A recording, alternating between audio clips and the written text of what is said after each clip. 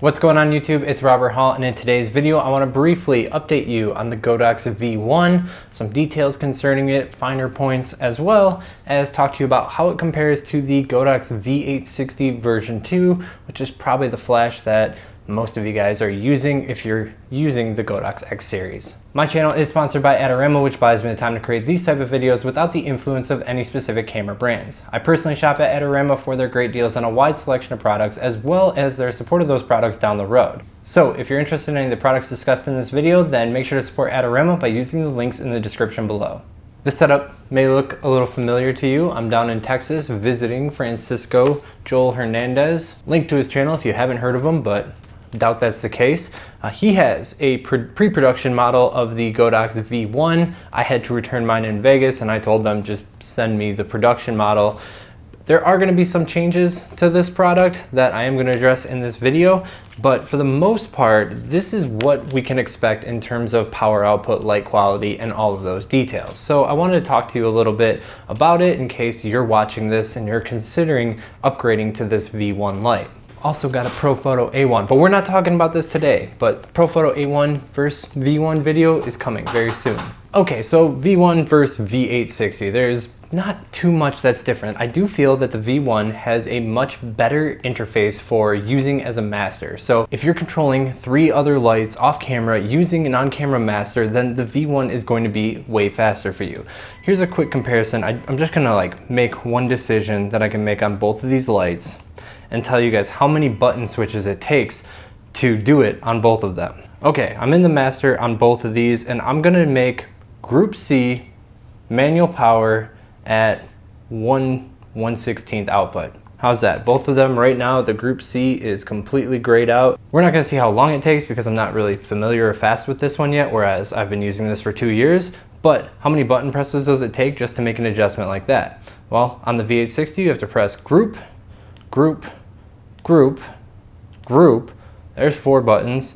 Mode, mode, power, and to go from 1/128th to 1/16th, we need to move the dial up to 1/16th. On this one, I hit Group C, I hit C again twice, so my finger hasn't even moved yet and we're already in the power. Way faster on this one, way simpler, gets rid of 5 button presses just by having independent access to each group on here. So that's the first thing that I want to get across, is that the V1 is just way better designed as a master.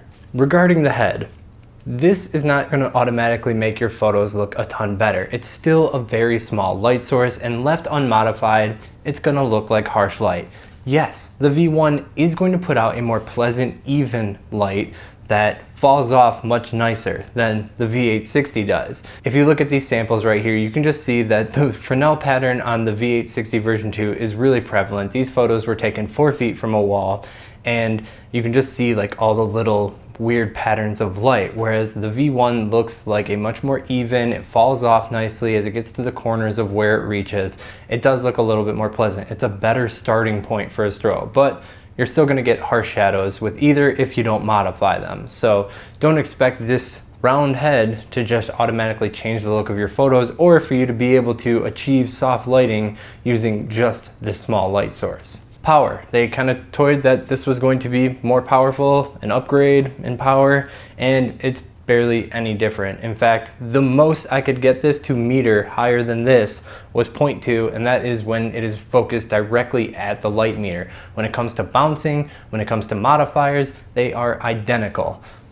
Directly, 0.2 tenths of a stop more, I guess in marketing terms that qualifies as more powerful than the V860, but for all purposes you should consider the V1 to be the identical power as the V860 version 2. Now the recycle time, I could have sworn the V860 version 2 had a 2-second recycle time, and maybe it got boosted up a little bit in firmware, because now when I have them side by side, it's pretty much identical.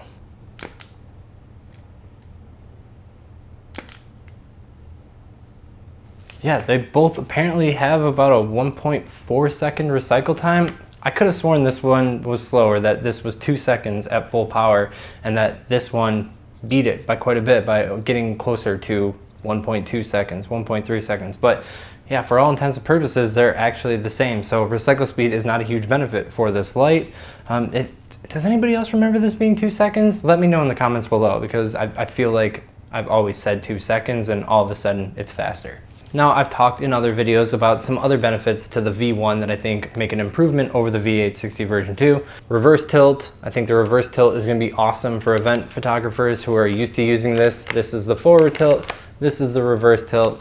It's just one little motion that you don't have to do all day, is spin this around just to tilt it backwards over your shoulder. So I think that was a nice little adjustment. I'm not really seeing any other product on the market do that right now, so that's really smart. This battery is going to do over 600 full power flashes. The V860 was in that realm as well. Both of them are going to last all day, so you're not going to see a big difference there. And of course, on the Godox V1, we now have a switch lock instead of on the Godox V860, we had this twist lock. I personally think that the switch lock is much better, seems simpler, seems more secure, so that's another good improvement. Size and weight, they're pretty much identical. Footprint, the V1 is a tiny bit larger, both the head is a little bit larger, it's also just a hair longer, so this is going to take up a little bit more space in a bag, especially that awkwardness at the end there. Like, I'm able to stack 2 V860s long ways in my case, and I don't think that's going to be doable with this. So consider that you might not be able to fit so many of these as you would speedlights in your bag. I don't want to come off like a broken record, but of course you've got the quick magnetic modifiers that go on top here. Don't have those with the V860 version 2. You'd have to use some secondary system like Magmod if you wanted to accomplish that, get quick grids, gels, all of that. You can see that in videos previous, but I do want to talk about the last 2 little changes that are going to be coming to this Godox V1 before its production release. The first, I don't think really matters at all. They're switching from 2 LEDs to 1 LED, assuming that was just from early feedback of like, why have 2 of these that just make crisscrossing shadow patterns? Just put one bigger one on there. So going to be a different LED, but more importantly, this AF assist lamp, this new style AF LED lamp, is going to be gone, which I'm really glad to hear. I have not been able to activate it on this because it's a Canon model, nor was I able to activate it on my one in Vegas, which was a Nikon model, but there was somebody on the showroom floor with a Nikon who was able to activate that, and I really didn't like what I saw. It was like one bright LED, but there was no contrasting lines that would allow you to grab focus easier. It was kind of just like the on-camera AF illuminator on steroids. So I'm really glad to hear that they're not going to be doing this. They are going to be doing some form of AF assist grid. Now, what I don't know, and has not been announced yet, is it going to be the identical AF assist pattern on the V860 version 2, or are they going to go after a brighter, stronger, maybe with more lines, a more complex pattern that competes better with things like the Canon or Nikon speedlights? Because this is one of the weak points of the system, is that the AF assist grid on this is just not that great. So I'm hoping that they go the route of creating a new one, but at a minimum, you're going to see an AF assist grid on the V1 as opposed to the AF LED that they had originally planned. Alright guys, that's it for today's video comparing the V860II's power to the Godox V1. Again, no power gain with the Godox V1, so if you're hoping for that, sorry. The next video that I'm going to be putting out is the Godox V1 versus the Profoto A1. Doing another shoot with that tonight just to kind of wrap that comparison up. So if you want to see that video, then make sure to hit the subscribe button. Like this video if you enjoyed it. If you have any questions, leave them in the comments below. And until next time, keep on shooting, YouTube.